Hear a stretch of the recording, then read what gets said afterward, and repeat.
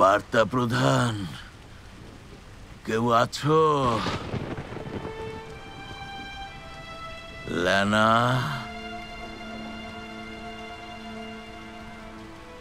লেনা, কেউ আছো? আমার ওষুধ নিয়ে এসো, ওষুধ খেতে হবে।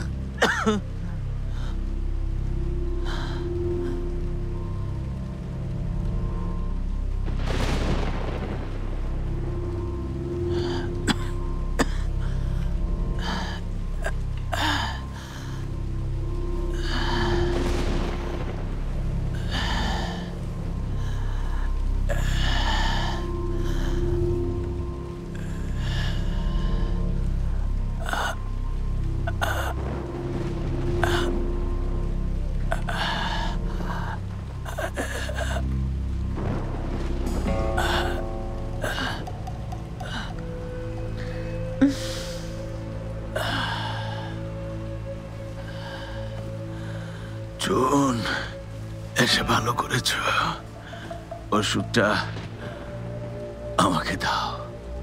বাবা, আপনি ওষুধ খাবেন?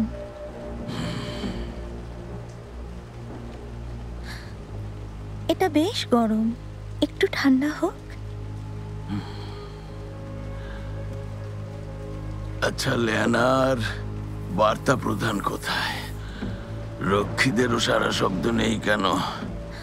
আমি সবাইকে ছুটি দিয়ে দিয়েছি, ওরা আপনার খেয়াল রাখছিল না। আপনি অনেক অসুস্থ বাবা, পরিপূর্ণ বিশ্রামের প্রয়োজন। আমি আপনার পাশে আছি, খুশি হননি?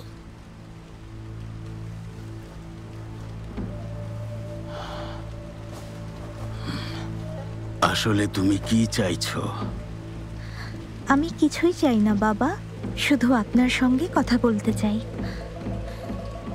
এই বিশাল প্রাসাদে শুধু আপনি আর আমি আছি, আর কেউ নেই। কেউ বিরক্ত করবে না।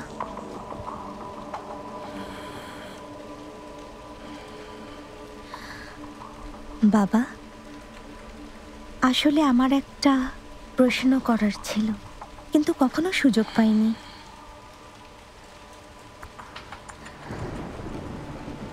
ইয়ানশুনের সঙ্গে যখন আমার বিয়ে ঠিক করলেন, কাজটা কোনো রাজনৈতিক উদ্দেশ্যে করেছিলেন?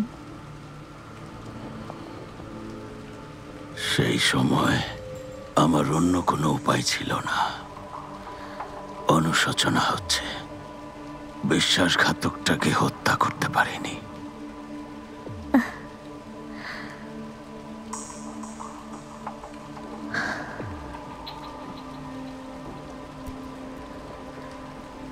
আমার জীবনের সবচেয়ে আনন্দের মুহূর্ত ছিল যখন বলেছিলেন ইয়ানশুনের সঙ্গে আমার বিয়ে দেবেন।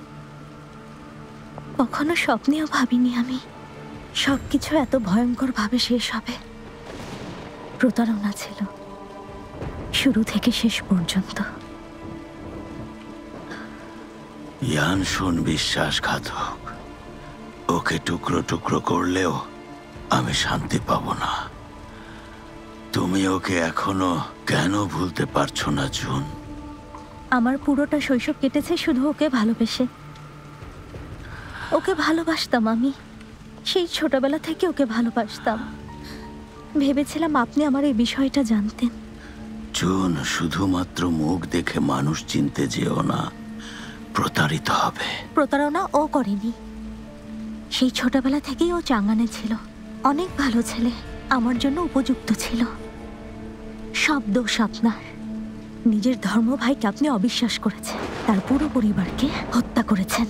তারপর মৃত্যুদণ্ডের মঞ্চে পরিবারের সবাইকে মাথা যদি ইয়ানশুনকে না দেখাতেন, তাহলে আপনার বিরুদ্ধেও বিদ্রোহ করতো না। ওর বাবার মতোই বিশ্বস্ত ছিল না। এখনো যুদ্ধের ঘোষণা দিয়ে জনগণের জীবন ধ্বংস করছে। জনগণের জীবন তো আপনি ধ্বংস করেছেন। শাস্তি পেলে সেটা আপনাকেই পেতে হবে। অত্যাচারের শাস্তি পেতেই হবে। এত বড় সাহস! একটা বিশ্বাসঘাতকের জন্য তুমি তোমার বাবাকে দোষ দিচ্ছ। বাবা, এত কিছু করার পরও নিজেকে আমার বাবা দাবি করছেন? আগে মনে হতো আপনিও হয়তো পৃথিবীর অন্য সব বাবাদের মতো নিজের সন্তানদের কথা চিন্তা করবেন। কখনো এটা ভাবিনি আমি আপনার খেলার একটা গুটি হব। ইয়ানশুনকে হত্যা করতে আপনি আমাকে হাতিয়ার হিসেবে ব্যবহার করেছেন। তখন কি আপনার একবারও মনে হয়নি আপনি একজন বাবা? এই জীবনে কত পাপ করেছেন সেই বোধ আপনার মধ্যে আছে?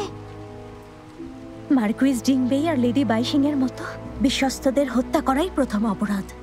উত্তরিয়ানের নিরীহ মানুষদের বিদ্রোহ করতে বাধ্য করেছেন, এটা দ্বিতীয় অপরাধ। চেয়েছিলেন বিশ্ব আপনাকে দয়ালু সম্রাট হিসেবে চিনুক, সেজন্য ইয়ানশুনকে প্রকাশ্যে ক্ষমা করেছিলেন। আড়াল থেকে অভিজাত পরিবারগুলোকে উস্কে দিয়েছিলেন ইয়ানশুনকে হত্যা করতে, আর আপনি পর্দার আড়ালে থেকেছেন, এটা তৃতীয় অপরাধ।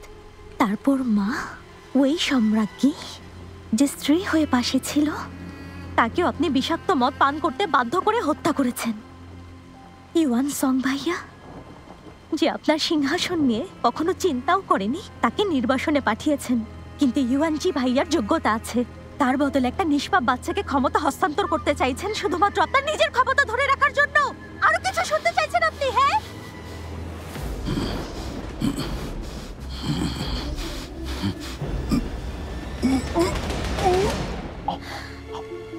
আপনি একজন নিষ্ঠুর শাসক, প্রতারক ভাই আর অযোগ্য বাবা।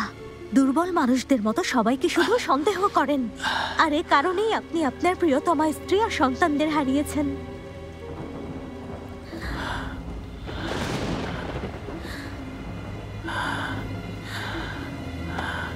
বাবা, আপনার কি উচিত ছিল জানেন? সবাইকে ছেড়ে চলে যাওয়া, না হয় সবাইকে হত্যা করা।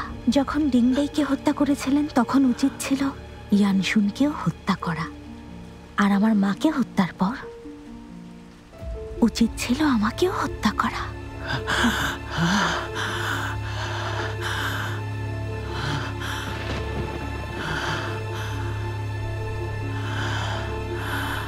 তুমি আগে এরকম ছিলে না,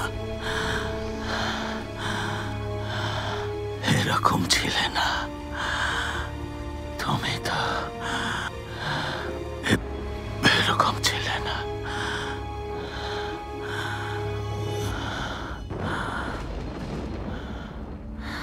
আমি বুঝতে পেরেছি, নিষ্পাপ হয়ে থাকলে কেবল পদদলিত হব। তাছাড়া নিষ্পাপ মানুষ বেশি দিন বাঁচে না। আমি বদলে গেছি তা না, শুন এভাবেই বড় হয়েছে।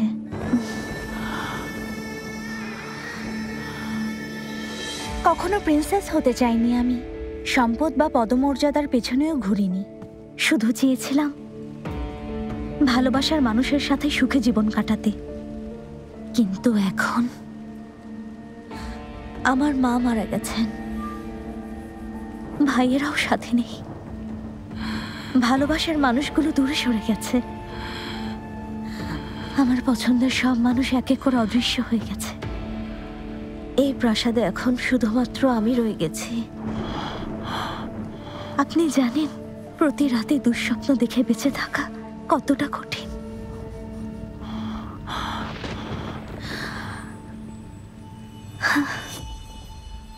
যাই হোক, স্বার্থপর মানুষের কাছে অনুভূতির কথা বলে কি লাভ? আমার জন্য কি করবেন?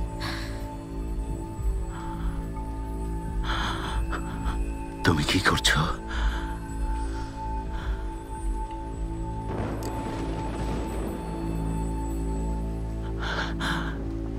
এটা কি জন? কি এটা?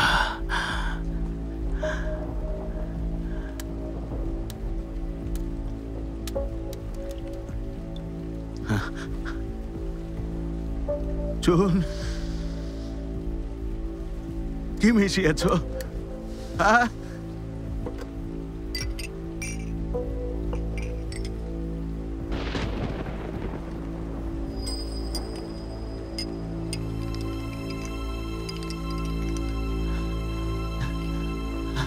কি এটা? প্রহরী, প্রহরী, কেউ সাহায্য করো! প্রহরী, চিৎকার করবেন না, কোনো লাভ হবে না বাবা।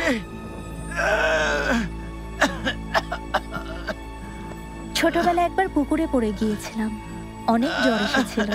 তখন সারাদিন আপনি আমার সেবা করেছিলেন আর ওই পুকুর ভরাট করার নির্দেশ দিয়েছিলেন। তখন কে জানতো বাবার মেয়ে শেষ পর্যন্ত একে অপরের শত্রু হবে? আমি নিষ্ঠুর ছিলাম না, এত চক্রান্তও বুঝতাম না। একমাত্র আপনি আমাকে এসব করতে বাধ্য করেছেন।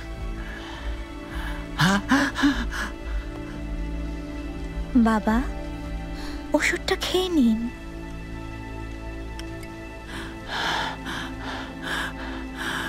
বাবাকে হত্যা করতে চাইছো? আপনার স্বপ্ন পূরণ করব, ইউয়ান ইয়াংকে সিংহাসনে বসাবো। ওকে আমি সব সময় দেখে রাখবো। চুন, জানি আমি ভুল করেছি। তুমি সাম্রাজ্যের ক্ষমতা চাও, আমি দিয়ে দেব, ঠিক আছে? আমি আপনার সাম্রাজ্য চাই না বাবা। যা চেয়েছিলাম আপনি সেটা আমার কাছ থেকে কেড়ে নিয়েছেন।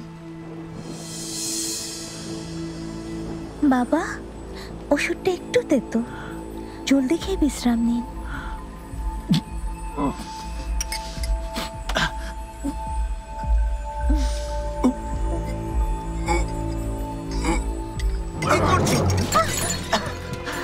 আমাকে বাঁচাও, বাঁচাও। এখানে আপনি কি করছেন? চুন, এবার তুমি সীমা ছাড়িয়ে গেছো। জানতাম বাবাকে ঘৃণা করো, এত জঘন্য কাজ করবে ভাবিনি। জঘন্য কাজ করেছি, কিন্তু এই লোকটার তুলনায় আমি হাজার গুণে ভালো একটা মেয়ে ভাইয়া। যাই করুন তিনি আমাদের বাবা। বাবা? শুনের সাথে বিয়ে দেবার সময় কেন ভাবেননি উনি আমাদের বাবা? মাকে হত্যার সময় কেন ভাবেননি উনি আমাদের বাবা? আপনাকে সীমান্তে পাঠানোর সময় কেন ভাবেননি তিনি আমাদের বাবা? সব সময় অবিচার করে এসেছেন, তাহলে আমি কেন ওনার সাথে ভালো আচরণ করব? আমি খুন করব, খুন করব। চুন, ছেড়ে দাও।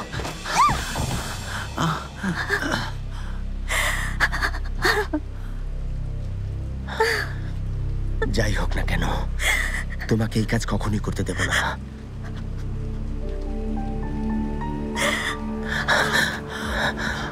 বাবা,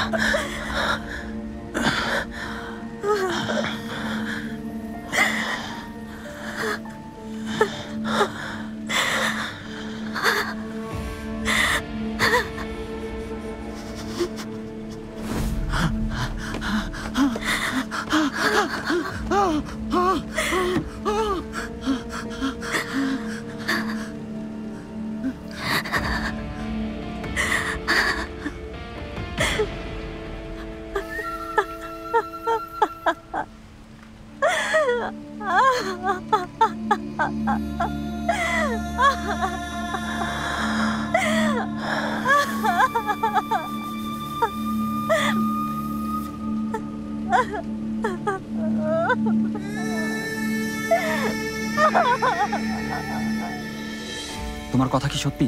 একদম সত্যি, সব প্রহরীরা দেখেছে প্রিন্সেসকে বের করে আনা হয়েছে। খারাপ হলো। আমি এখন কি করি? অনেক বড় অপরাধ করেছে, সম্রাট কিছুতেই ক্ষমা করবেন না। না, এ হতে পারে না, ওকে আমার সাহায্য করতে হবে।